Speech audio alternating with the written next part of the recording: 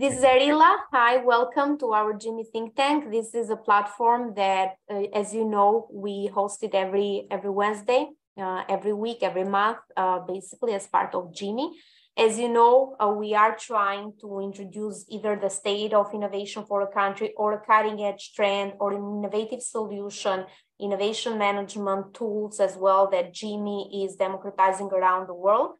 And basically today we are really happy to have a speaker that Adi will introduce, talking about a very important topic, which is related to the groundbreaking innovation solutions which are happening in this energy transition area. Adi, please, the floor is yours. Sure, yeah, good morning, everyone. As Arila mentioned, this is our weekly GIMI think tank when we bring thought leaders, innovators, business leaders to discuss innovation, share their experience and their perspective. Today, I'm actually was looking really forward to today's presentation. We are honored to have Kevin Pang, who is the Vice President of Business Development at Qnergy. Very interesting title for the presentation, from dinosaur DNA to methane abatement, innovation as a three-ball collusion. So certainly there's a lot to unpack here, and I'm sure that we'll hear and yeah, we'll hear some really interesting insight in the next 30, 45 minutes. Just a very short introduction of Kevin. Kevin is an innovator. As I mentioned, he's currently the VP Business Development at Qnergy, which is leading methane abatement solution provider, basically converting methane into energy, which obviously can have a huge impact on reducing greenhouse gas emission. Kevin is also a very experienced entrepreneur, had worked in multiple startups and range of industries from biotech to software, market intelligence and strategy. So really bring a very well-rounded experience and wealth of insights from his diverse experience. Before joining Qnergy, he was the global head of consulting for Lux Research, which helped Fortune 500 companies to scout and find new market opportunities, technologies, and partnership. Kevin also holds a PhD from Harvard University. I will not take it against him. I'm from MIT. Very respectable. MBA from Bentley and undergrad in genetics and molecular biology from UC Berkeley. So Kevin, we are really honored to have you with us today, and we're looking forward for an exciting session. So turn it over to you. Well, thank you very much, Adi. And well, you know, I'm both pleased, honored, and a little embarrassed by the introduction. But thank you very much. You're too kind. And for those of you who may have been probably were inconvenienced by my inability to present last month, mea culpa. But I am very happy to have the opportunity to redeem myself. So I'm hoping to help lead a lively discussion that makes it worth your while.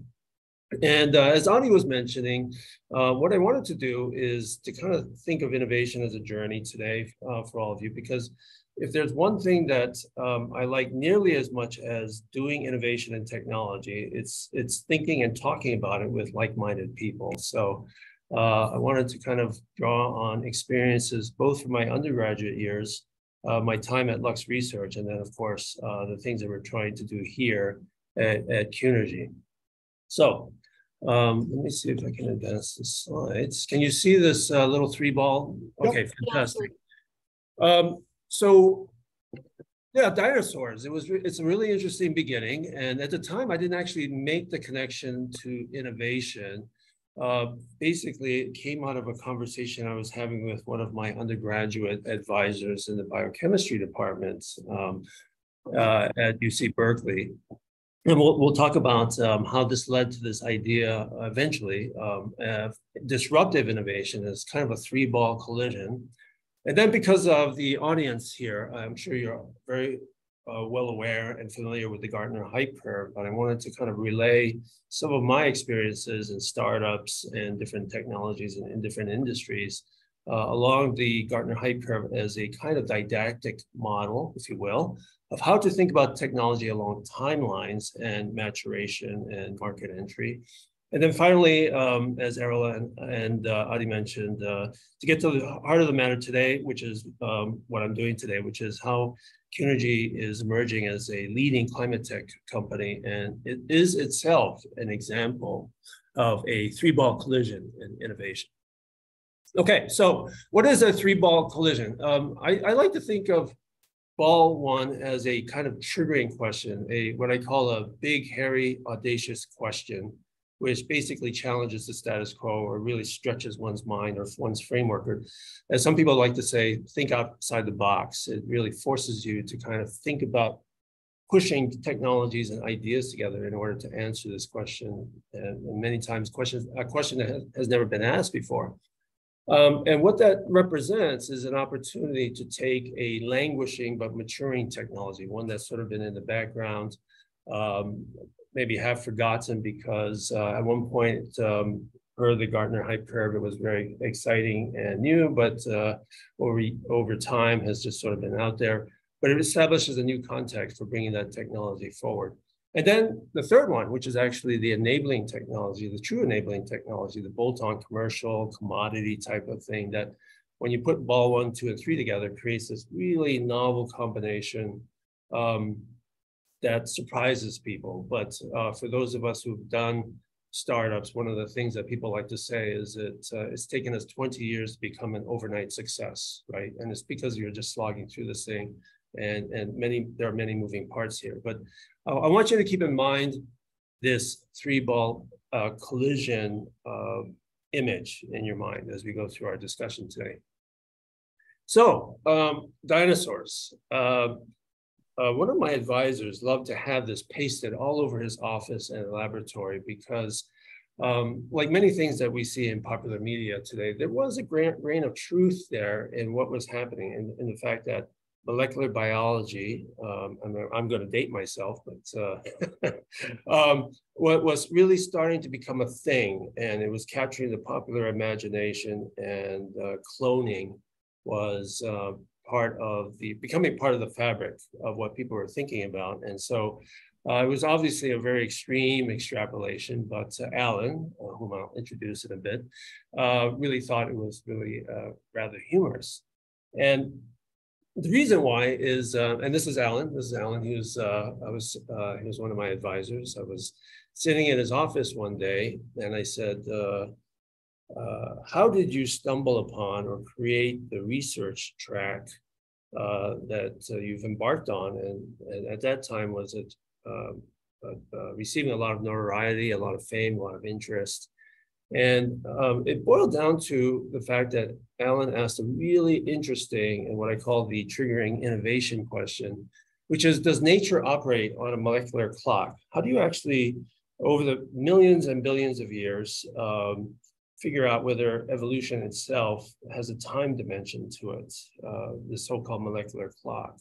And what he thought would happen, what he would discover if he could just find the right technology and tools, was that he would find that indeed there was a mutation rate that would happen at a very steady pace that actually pushed evolution and speciation into the things that we see today. So that was a very interesting question. So how did this, so what did he do? What actually happened? Well, the way he told it to me was he was looking out his window in his office one day, and he saw some, and there was the paleontology building across the quadrangle. And he saw some people emerging from cars carrying boxes. And one of the individuals dropped his box and a bunch of rocks rolled out. And he suddenly had a thought, and he said, I bet there is DNA in those rocks. So he walked across the quadrangle, begged for a couple of the smaller rocks, and he took out his little Boy Scout knife, as he said, and actually started carving little bits of that rock into a test tube. And then basically, we didn't actually have PCR, as we call it today, polymerase chain reactions, in the early days of molecular biology, but we had discovered some enzymes that he could use. And so by hand, he started kind of manipulating the little bits of rock that he has suspended in a solution. And sure enough, on the right-hand side here, you see a electrophoretic gel. He was actually able to show that he had DNA. So he had successfully isolated DNA from fossil rock. Now, why is this important?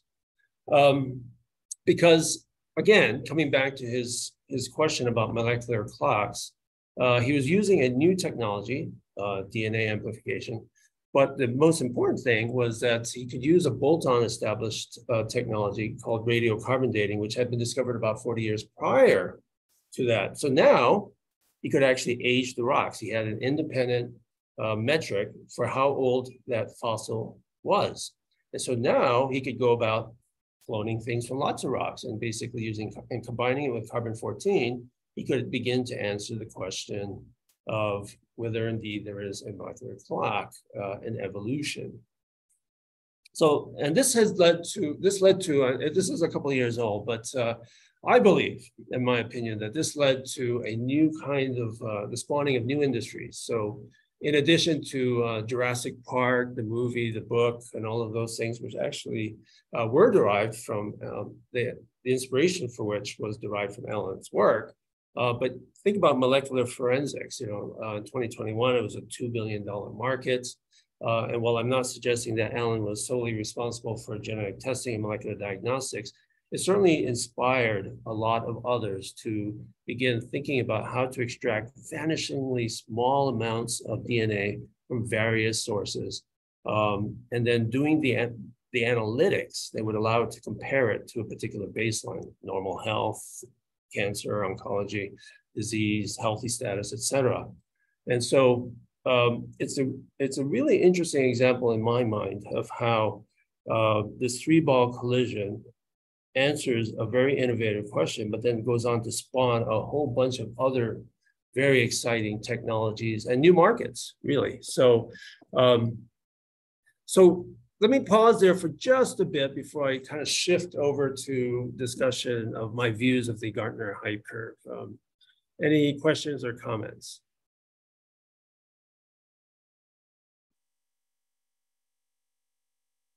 Okay, we can save those till the end. So let's shift over to the technology hype curve. I'm sure you've all seen this multiple times, but I think given what I want to say about Qnergy later, I think it's actually worthwhile for us to go through this and to share with you some of my observations through 20 or 30 years of different startups and different industries and technology. So it all starts with a technology trigger. And on the left-hand side, the y-axis is visibility, or as some people refer to as the level of hype. And then, of course, time. And the component of time is actually, it's not done justice here, because this curve actually is expressed over decades of time. So let me go over that. So there's a technology trigger, and people start to get very excited about the possibilities. So think about Alan's cloning of fossil DNA. And then venture capital starts to get into the picture. And typically, at least in the circles that I go in, people think about the peak of inflated expectations as when all the venture capitalists are basically jumping into this particular technology, innovation, discovery. But then what happens is market realities start to reflect, right? Supply chain issues, things that are very mundane, but really kill a lot of startups. You can make 10 really great widgets, but you can't make 1 million. Your supply chain is simply too limiting. Or you have a wonderful invention, but it's just too expensive for the marketplace. Or that your new invention is a little bit buggy and doesn't quite meet all of the feature attribute profile characteristics that the market wants to reward. And so what happens is eventually interest starts to wane, investment starts to wane, people start to abandon that technology, and you start to reach what is called this trough of disillusionment. And this trough can actually last quite a long time because talent basically abandons it. And so what you're left with are just a few diehard people that really believe in the technology, the science, or the particular market.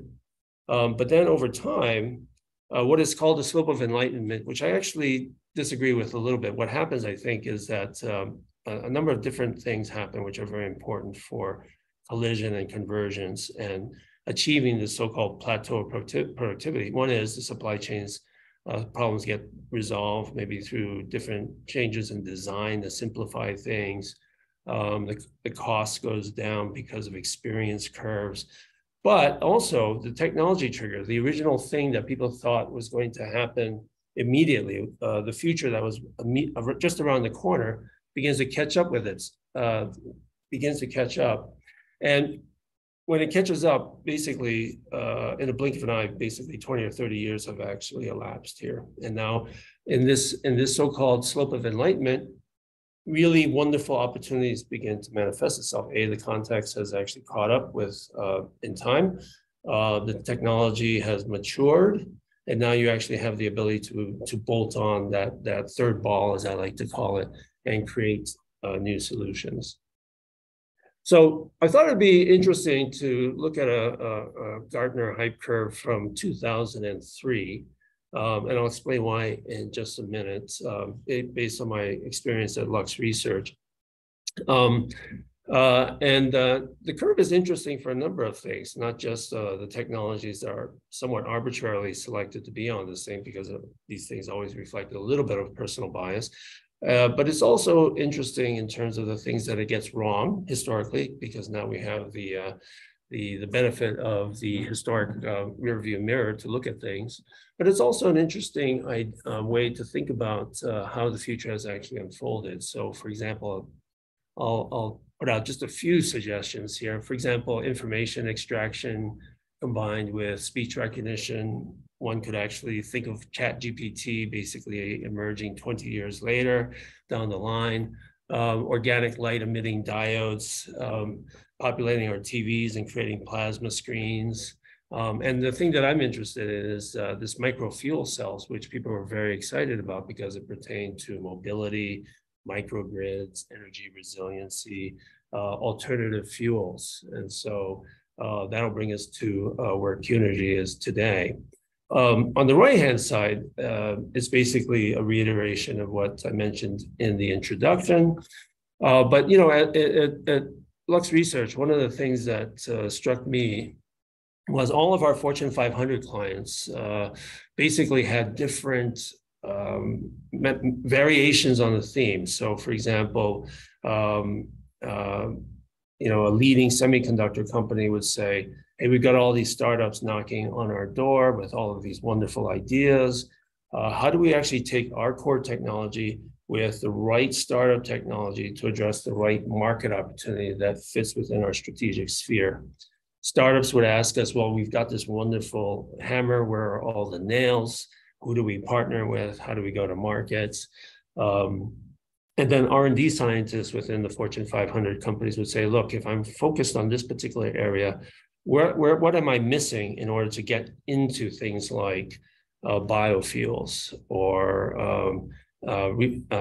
recyclable batteries, et cetera? So many of the things, although we never really formulated as a formal framework for looking for innovation, technology scouting, partnerships, investments, we basically did a lot of shifting around of these three things in order to find solutions for our clients. So I think thinking about three ball collisions is really a helpful way for me anyway, and I think for many people to actually think about how to deliver and develop and deliver technology to the marketplace.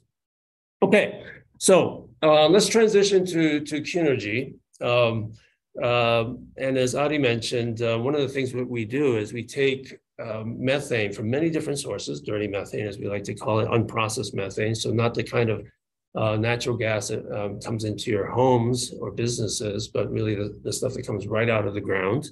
And we turn it into both heat and electricity. What you're looking at here is a little bit of that engine. And right behind me is kind of a larger version of it, the actual complete version within an enclosure. It's actually firing away and actually melting the snow. There's about 6 feet of snow there. And then the engine is basically running. This happens to be at the top of Mount McKinley in Alaska.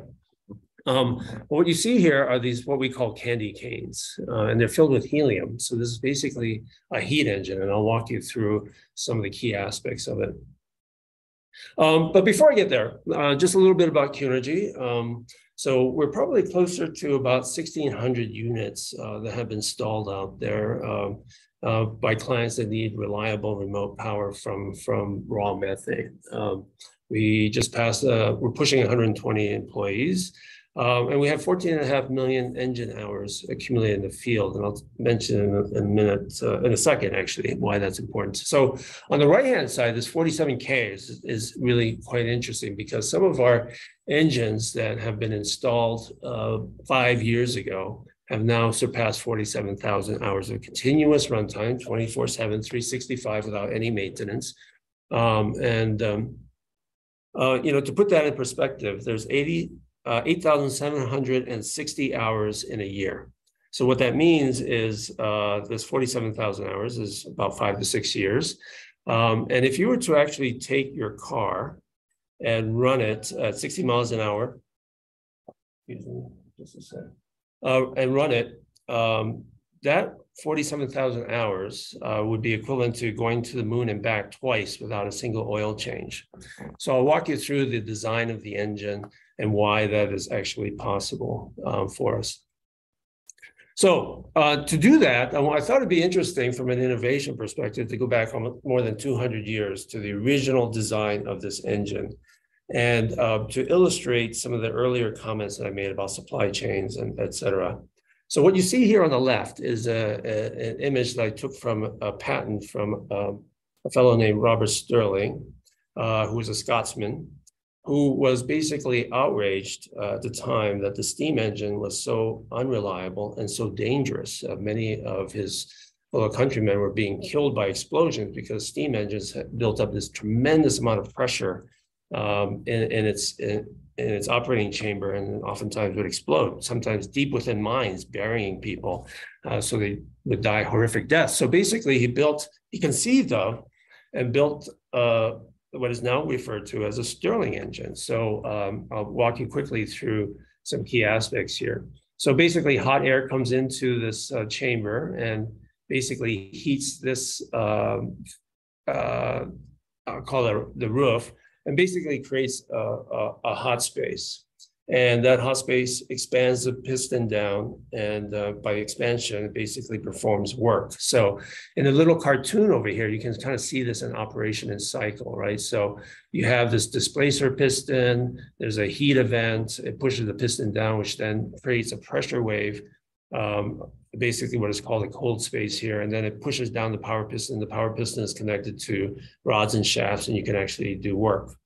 Now, this was a tremendous innovation back then. It was, he was able to achieve 20 to 30 horsepower, 15% efficiency, sometimes 17%, in comparison to the steam engine, which basically operated at 1 to 2% efficiency. So, in a rational market, you'd say, well, surely the Stirling engine would have won out, but it did not. It actually faded into history because and these were very large things. This diagram could easily be 1 to 2 stories. So these are massive pistons, but they were so complex and basically handmade at the time that when they failed, it would often take months to fix. And whereas the steam engine, if it blew up, it would be easily replaced because there were so many parts available. So the inferior technology actually won out.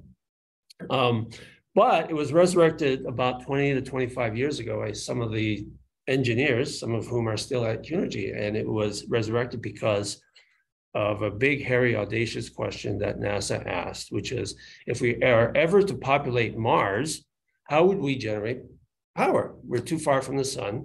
How do we do this? And so Robert Stirling's heat engine, the external combustion engine, became the perfect solution. And this engine that you see here has now been running at NASA for 120,000 hours continuous without stopping. Now, the heat source for the engine is actually plutonium. So as plutonium decays, it gives off heat. It's picked up by these candy canes. The candy canes contain helium. The helium expands and it pushes a piston up. I'll show you a cutaway there in just a minute. And then it performs useful work. And that useful work has evolved. It's actually in a very interesting way. So if you can see this cartoon, you have any external heat source. So basically we're energy source agnostic, which allows us to address the methane problem. Anything that can generate heat becomes a useful input for the engine, provided it can get hot enough. But it basically expands this piston. It's called a free piston engine because there's no rotary components. There's no lubricants. Basically, everything floats on these springs. So these spring flexures, and you can kind of see this here and this here and here. And so what happens is, as I mentioned, you get a heating event. The piston expands, it creates a pressure wave, which then impinges on yet another piston. But this piston has connected to it something that Robert Stirling didn't have available at the time, which was a neodymium rod, a rare earth element. And if this rod moves up and down between copper coils, shown by this, this little orange area here, you now can create electricity. And so if you go to Amazon, you can actually buy a toy and put it on your coffee cup in the morning or your cup of tea, and you can actually see it oscillate. And this machine will oscillate 62 times a second, and it's controlled by power electronics. So there's three major advances in innovation that Robert Stirling didn't have available to him. One was advanced materials. The second is advanced manufacturing. We use laser welding, robotics, et cetera, and power electronics. So as the fuel changes, you can optimize the air-fuel mixture and optimize the amplitude by which these pistons are moving in order to get proper synchrony and effective work to be done. And as I mentioned, and this is the picture you see behind me, the enclosure, this is the actual engine. And so because we built it for NASA to function in deep space on a foreign planet, basically it was built for at least 80,000 hours and maybe 100 to 120,000 hours without any maintenance, right? And this has actually allowed us to put our machines in a variety of very remote, sometimes hostile environments offshore. This particular machine has actually been through 3 different hurricanes, and the efficiency of the machine actually goes up. You can monitor it in real time because as the wind passes through the radiator, it actually increases the energy efficiency of the system. And then, of course, what you see behind me is basically the same spot here, and it's actually running a telecom tower on the top of Mount McKinley. Okay, so what are we actually solving with this technology? It's wonderful, but what is it actually good for? And this is the 3-ball collision here. So let's imagine that all of us were part of a oil and gas discovery consortium, and we need to go where the gas and the oil is. And that sometimes takes us very far afield. So here in the United States, it could be Wyoming, Utah, Colorado, Montana, into the Appalachians. So we don't let civilization or infrastructure limit us in where we go to make our discoveries. But let's say that we actually make a discovery, we drill a hole, we actually discover that there is gas indeed on the ground. How do we actually deliver it to market? Because once we look around, there's no grid, there's no roads. We need to find a way to get it to market. We can build piping, but how do we actually get power to the grid, what we call the well pad? Well, it turns out you can't because of public utility laws, harsh environmental conditions, the cost of actually running a cable to a single well site. So what petroleum engineers brought to the well pad some 40 or 50 years ago was what I think is in my opinion, is kind of a brilliant device. It's a pneumatic controller. So you can think of it as a gigantic spring. And you can actually tension the spring to the pressure that you want, because what happens is we tend to think of things coming out of the ground as being somewhat laminar and smooth, but really what happens is it's actually very violent burping. So if you've ever seen a water geyser, this is the way things come out of the ground once you drill a hole in it.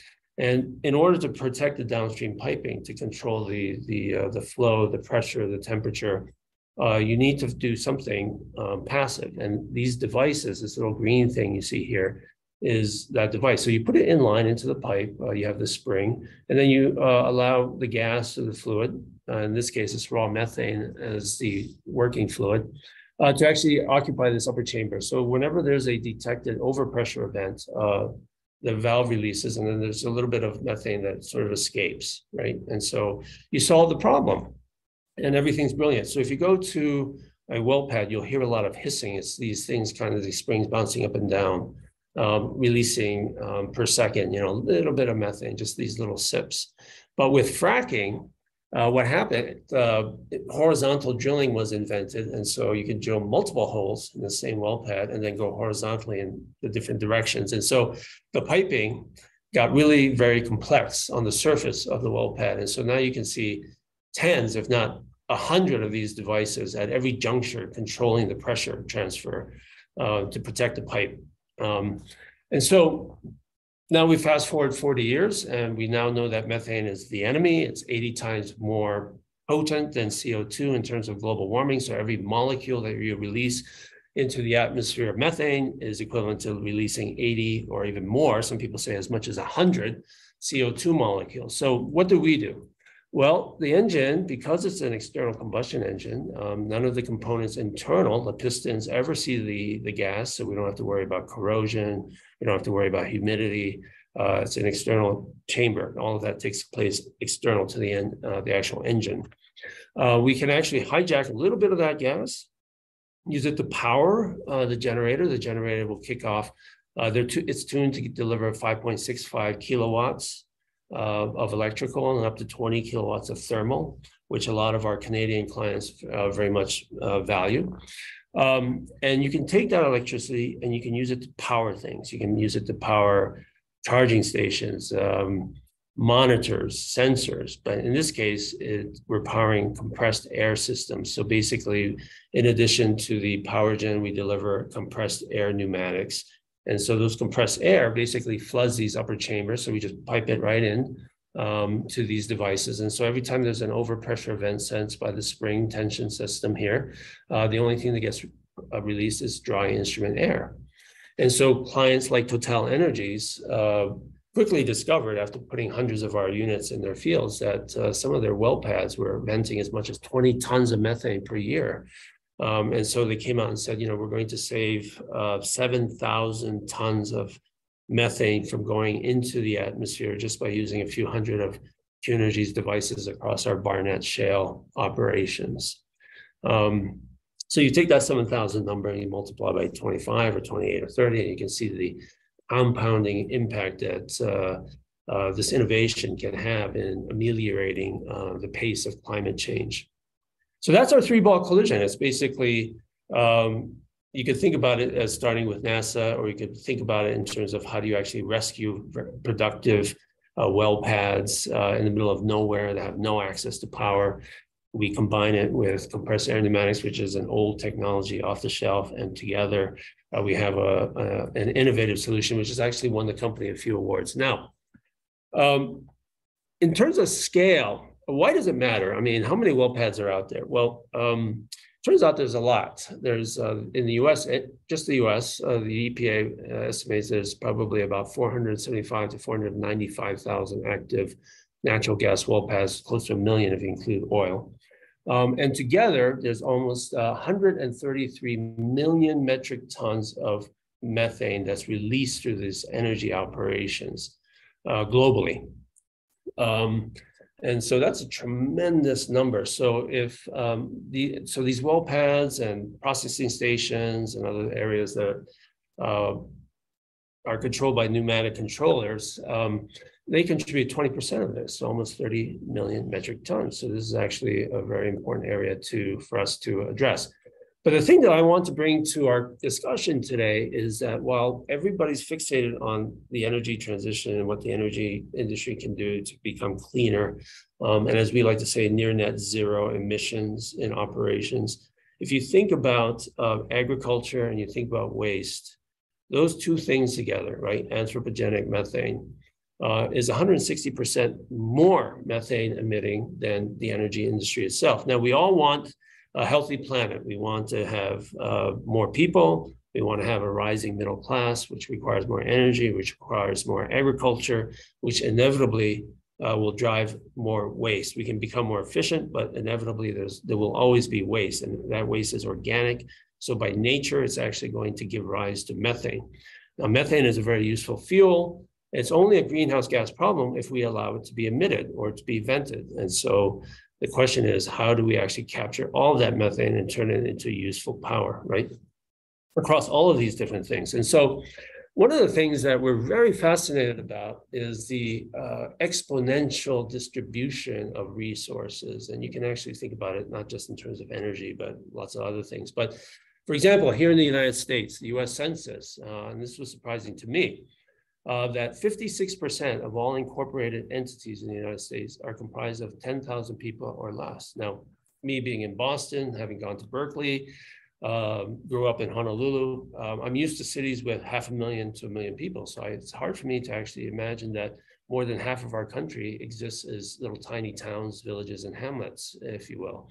But if you look at where the methane sources are, there actually a lot of them are in small town, right? Small town landfills, small town wastewater, small town farms, and even in the natural gas area. So what happens, what we see if we map these things, there's probably a few hundred in any sector that we look at of very large emitters, right? So on the y-axis, there's tons of methane released per year per site. So the characteristics that we see is that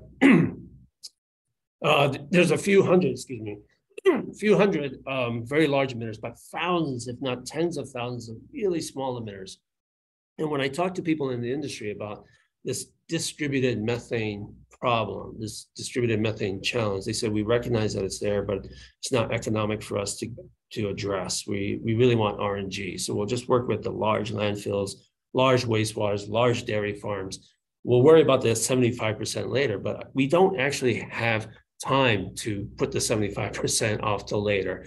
One of the more recent studies that somebody shared with me says we'll probably surpass the 1.5 centigrade mark by 2027. So we're not talking 2030 or 2050.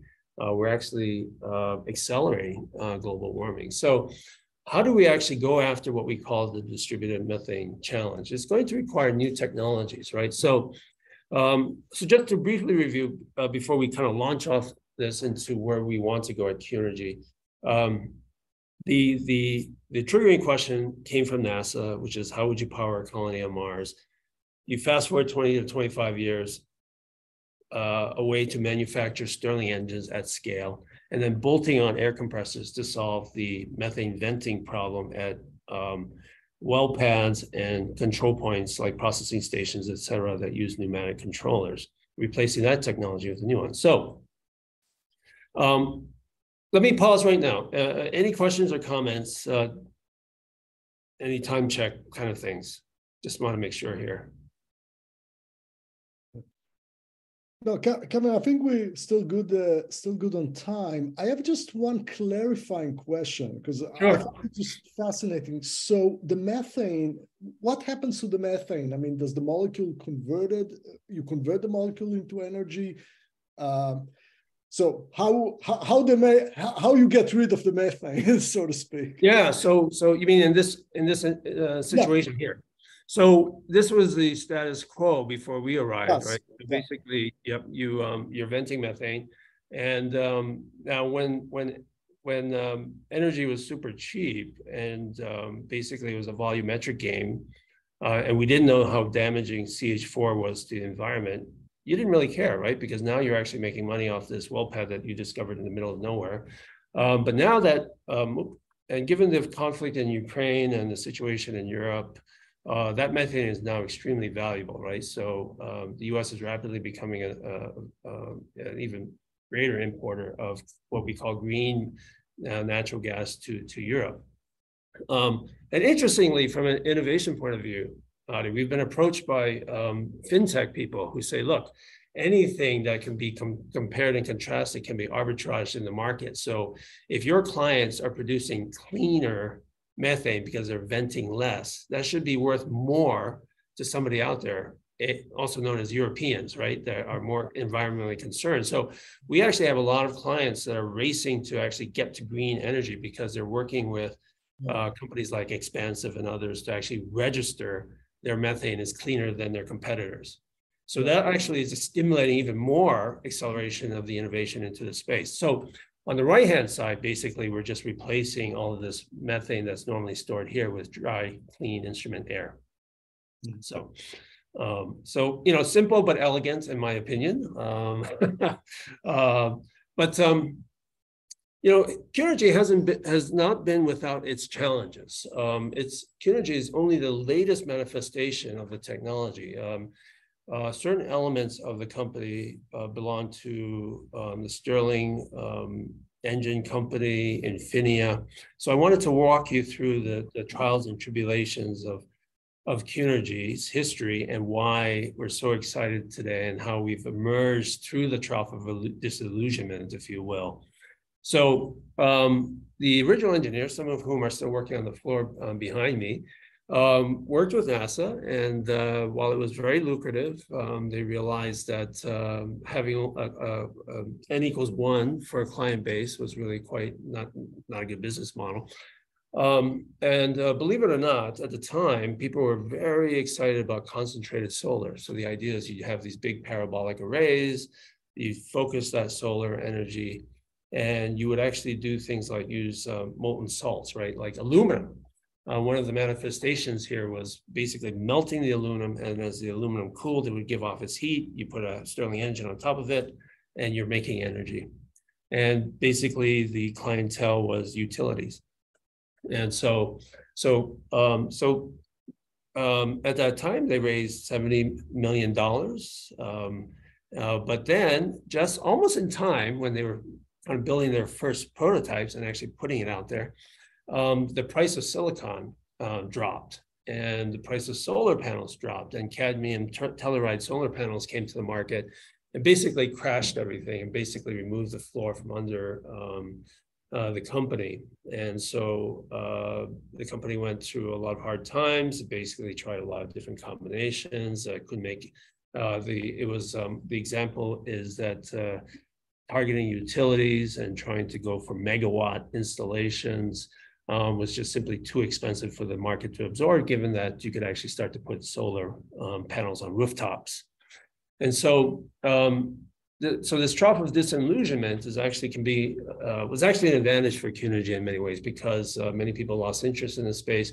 The diehard engineers stayed. They worked through the problems. They worked through designs. They worked through the supply chain challenges, and the oil and gas industry came calling and said, if you guys can actually burn dirty methane coming out of the ground with unprocessed, then basically we have a need for reliable remote power in all of these different places. And there you have it. So we have an engine that can actually take dirty methane from, and as we're discovering, not just holes in the ground, but from landfills, dairy farms, pig farms, anywhere that there's actually a methane, a raw methane source, and actually convert it into local power.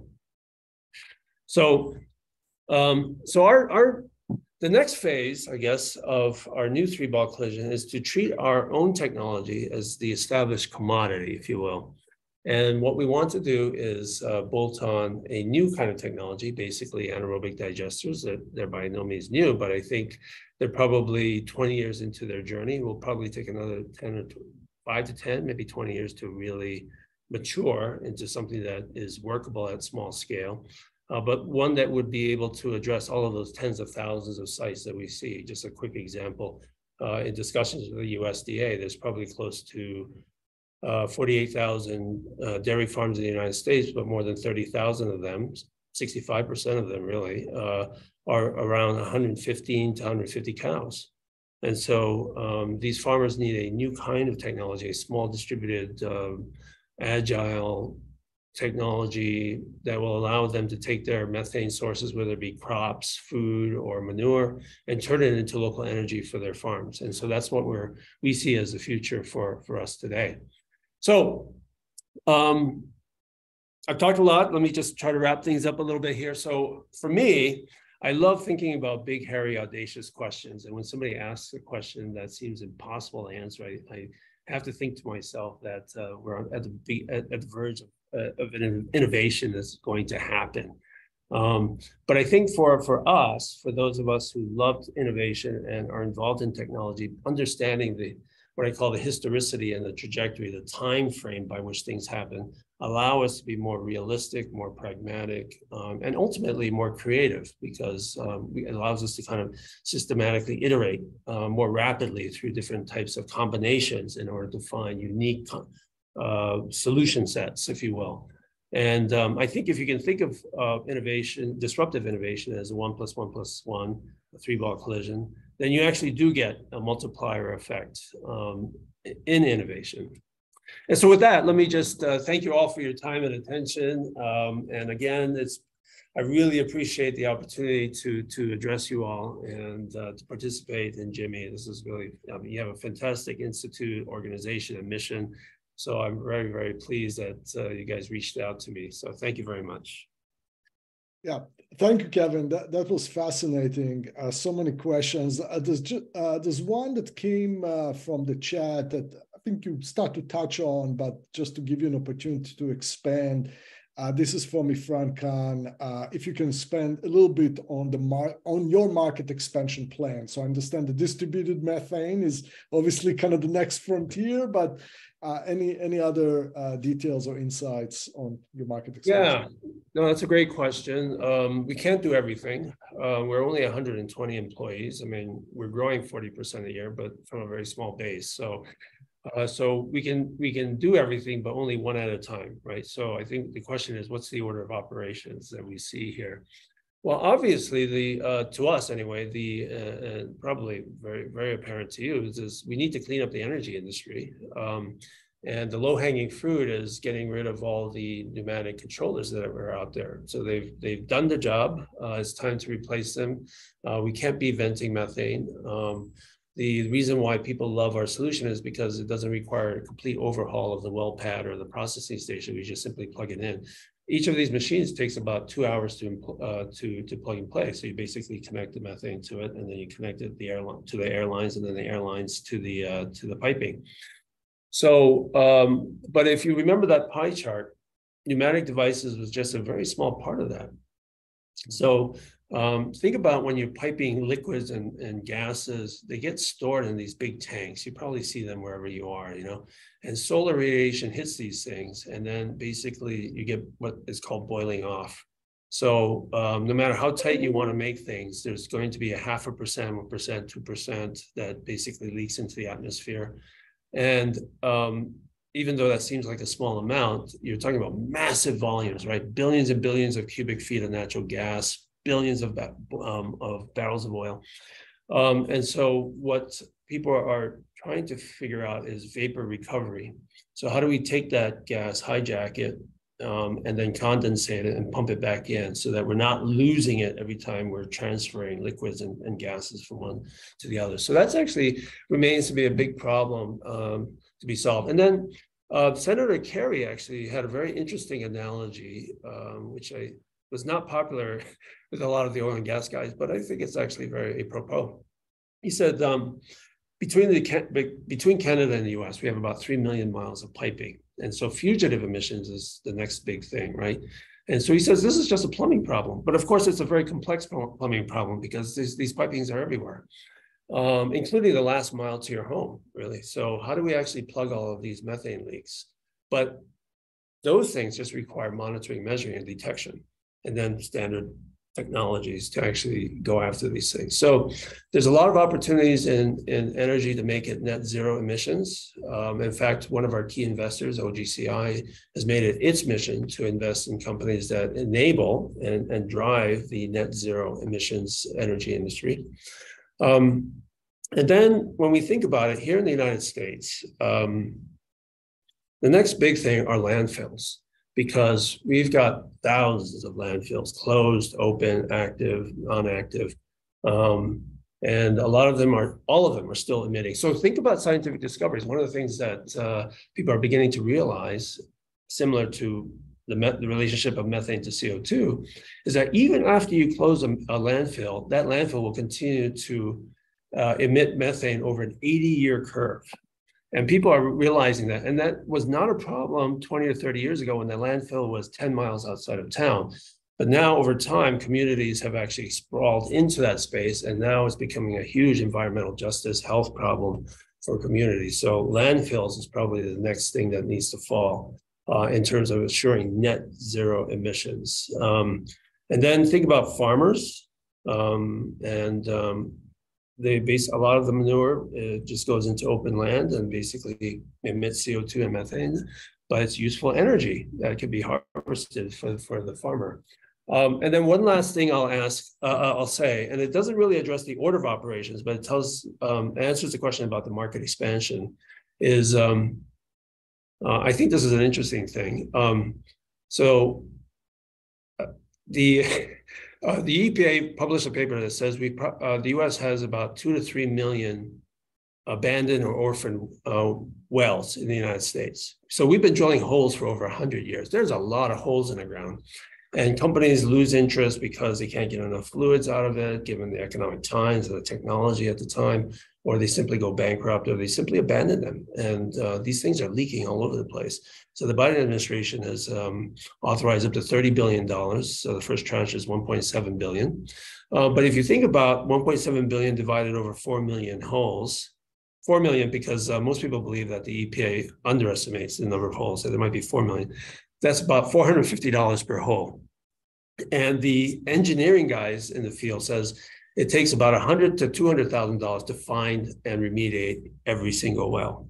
So this is going to drive innovation because we need carbon credits, we need tax incentives, we need public-private partnerships. And so we're involved in some of those discussions right now to basically go after all of those abandoned assets. It's another example of a distributed challenge. Yes. We have a few minutes. Bob Schultz raised his hand. I want to give you the opportunity from up north, Hi. our Canadian representatives. Oh, fantastic. Hi, Kevin. I'm Bob Schultz, Haskell School of Business at the University of Calgary. When are you going to be in Calgary? You're going to be in Adventures next week? Should be. We actually have we have a new office we're moving into on June 1st in Calgary, actually. Okay. So we have, send an email. I'd love to get connected up with them. Okay. I will. Yeah. Yeah. So there's a guy named Dominic Pitouche, who's a product engineer. I'll make the introduction. Maybe just put it in the chat. That'll be good. Second thing is I'm going to be in the northeastern U.S. in Boston in the first 2 weeks in August or sometime in there. All right. Okay. Now, I see you live in Canton, Mass, and the company's based in Utah. Is that right? That's correct. So a product of COVID, which allows us to work remotely. But we actually have a small office space, if you will, at the Engine over at MIT. So happy. Feel free to drop by anytime. Happy to meet up. One final thing here. One thing that you had mentioned in Canada, the price per ton of CO2 is about $65 a ton now. Yes. By 2030, which is 7 years away, maybe 6, it's going to go to 160. Yes. Okay. So what happens is that the value proposition that you already have is only going to increase. Number one, and number two is that companies are looking for carbon credits anyway. So there might be a way to, take garbage and turn it into gold. It's interesting you mentioned that, Bob. The reason I'm here in Ogden is because we're just wrapping up a series of board meetings. And one of the things we discussed was how do we get into landfills in Canada? So your timing couldn't be better. Okay. We also, my team just finished Innovation Olympics with Vale in Brazil. Oh, okay. Our team won the competition. You know what the solution was? No. Take the landfills that are full. Yep. Move the garbage to where your mine is, and get the asset of the liability of a closed mine off your balance sheet and capture the methane that's coming out of the garbage dump. And you get the methane from the mine. Out of the full see, the garbage dumps are getting full near where the cities are. Yes. So if you just say, don't put any more garbage there, put it where the mine wants to close, rail it there, take the landfill, and then take the methane from the landfill and capture that. And then you actually, the mining company wouldn't do it, but somebody else would. That's the idea. The garbage company would do it. Well, we need to talk about, because I think that's why we're chatting. That's why we have these. That's why we have a global network here. So let me just shut up here. Let other people have a chat, and you and I can go offline. I will send you an email after this, and we'll continue the dialogue. But that's exactly what those events meant to do, to create the connections. We have literally a minute or so just want to give an opportunity if there's any other questions from the group. Yes, I have more like two questions, and it's more to educate the audience. One thing that we do always is GIMI Think Tank Insights. So all your talk will convert into pages basically, and we'll make it, in a simplified way so all the audience can absorb this information. So my two questions are, and I'd like maybe 2 to 3 insights. First, what are the potential economic implications of utilizing methane as a power source for various, in situ applications that you are doing? Mm-hmm. And second, how does the efficiency of converting methane into power compare to other conventional energy sources? Yes, those are 2 excellent questions, and things that we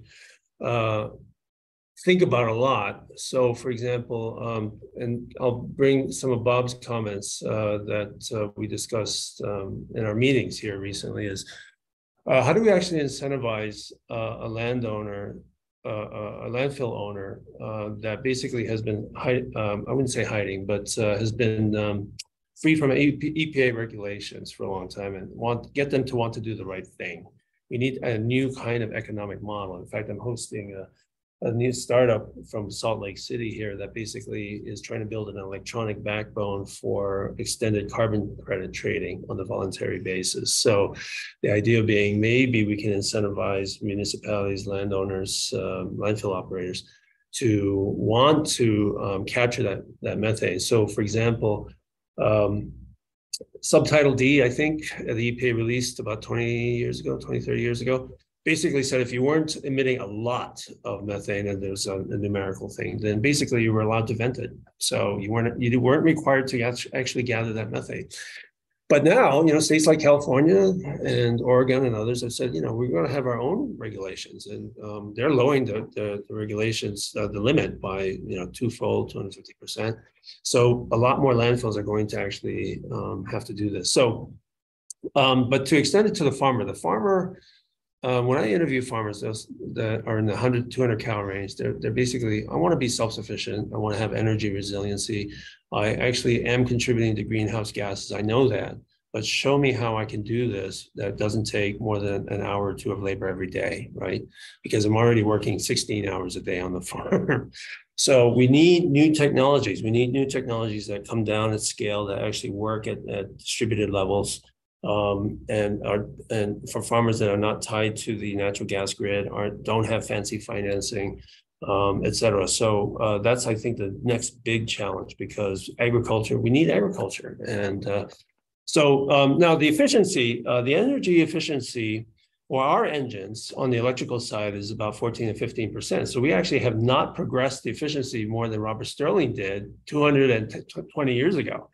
So, but because we can burn methane that would otherwise be vented into the atmosphere, and the oil and gas, the farmers, the landfill operator loves it, because they're using their own gas to create behind the meter electricity. And they can file for renewable energy credits. They can get voluntary carbon credits if they construct it correctly. And then the IRA, the latest legislation passed in the US, basically allows for production credits. So you can start to stack these things, and really interesting economic models that might actually tip the balance to action rather than inaction in many of these segments that I've described. Okay, no, that's fascinating. And I think that opens a whole other discussion about the scalability of innovation, that what we found is the common challenge, and you already highlighted that. But that merits its own Yes, yes. We can have a whole day symposium on that. Yeah.